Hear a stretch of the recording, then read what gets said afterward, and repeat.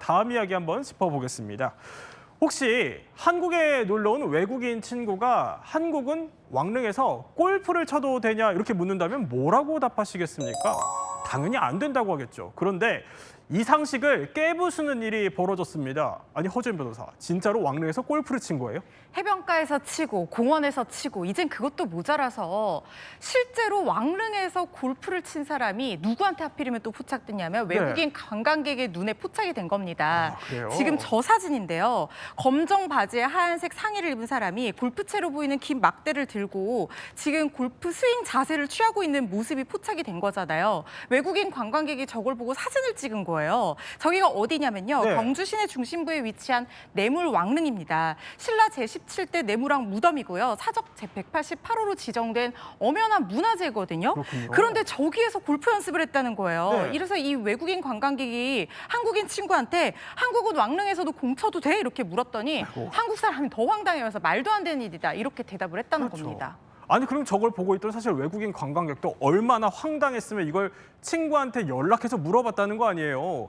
근데 아무리 골프가 좋아도 그렇지 왕릉에서 골프 친다는 생각을 어떻게 했을까요? 그러게 말입니다. 지금 경주의 이 고분 왕릉은 세계적으로 유명합니다. 한국의 곡선을 보고 싶으면 경주의 왕릉을 봐라. 이런 이야기가 있습니다. 그래서 실제로 가서 왕릉을 사진을 찍는 분들이 굉장히 많거든요. 네. 그런데 그런 어떤 마음을 갖고 갔는데 저기서 골프를 치는 거예요. 얼마나 충격적이겠습니까? 이분한테 네티즌들이 댓글을 달았는데 당신의 선친 묘에 가서 공놀이를 하면 당신은 어떻게 생각하겠느냐 이런 댓글까지 달려 있습니다. 정말 해서는 안 될 짓이라고 생각을 합니다. 아니 그런데 왜 골프장을 놔두고 왕릉에서 골프 쳤는지는 사실 당사자만 알 것 같아요. 이 특정이 됐나요?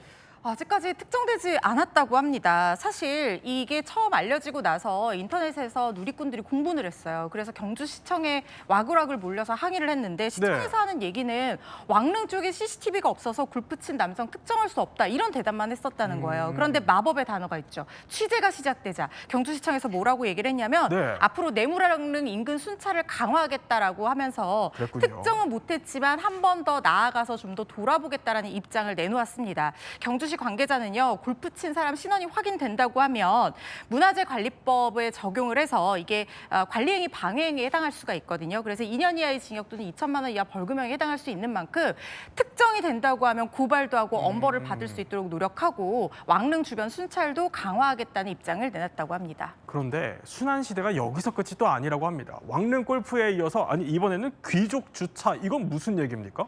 자, 여기는 또 신라 시대에 보여주는 귀족 주차라고 했죠. 왕족과 귀족의 무덤인 곳에 저렇게 흰색 아이고, SUV 예. 차량이 떡하니 주차가 돼 있었던 겁니다. 2020년 11월에 있었던 얘기인데요.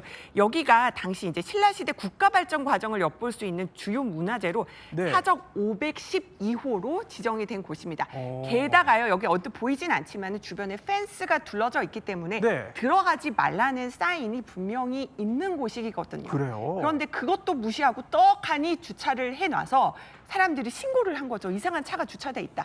그런데 그 경찰이 찾아갔을 때는 이 차가 사라진 상황이었습니다. 그러니까 고분 위에다가 떡하니 주차해놓고 사라졌다는 거예요. 이 차주는 어떻게 됐나요? 이 차주는 붙잡혔습니다. 그런데 문화재보호법상 관리행위 방해 등 혐의로 고발이 됐거든요.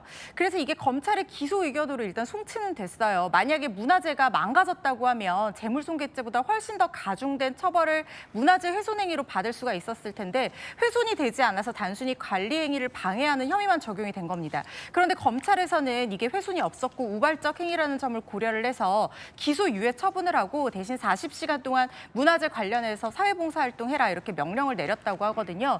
사회봉사활동 40시간으로 이 사람이 생각이 바뀌었으면 좋겠는데요. 정말 문화재를 다시는 훼손하면 안 되겠다는 마음으로 열심히 봉사활동했기를 바랍니다. 네, 참 외국인 관광객도 늘어나고 있는 요즘 절대 저런 일을 벌어서는 안 되겠죠.